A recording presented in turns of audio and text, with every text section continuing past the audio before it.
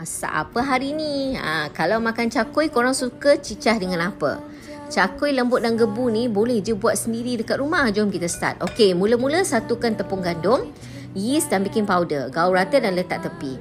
Lepas tu air, masukkan telur, minyak, susu pekat manis, gula perang dan garam. Kacau sebati, tuangkan bahan cecair tadi dalam bekas tepung tadi. Gaul rata semua bahan dan lepas tu uli sikit dengan jari, tarik-tarik dough tu, refer video. Lepas tu perap setengah jam, tutup dengan kitchen towel yang bersih. Lepas setengah jam, gelek memanjang dough tadi dan spray sikit dengan air. Boleh juga sprinkle sikit tepung supaya jangan melekat. Lipat dua bahagian, lepas tu proof lagi 15 minit. Lepas 15 minit, ulang step yang sama dan proof lagi 10 minit pula.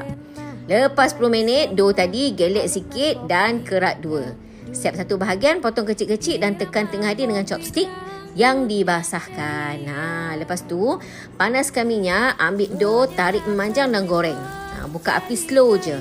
Balik 2 kali. Dah garing keperangan tu, angkat dan toskan minyak dia. Siap. Sedap betul tau cakui ni, lembut dan gebu. Cecah pula dengan teh tarik. Memang terangkat lah. Selamat mencuba.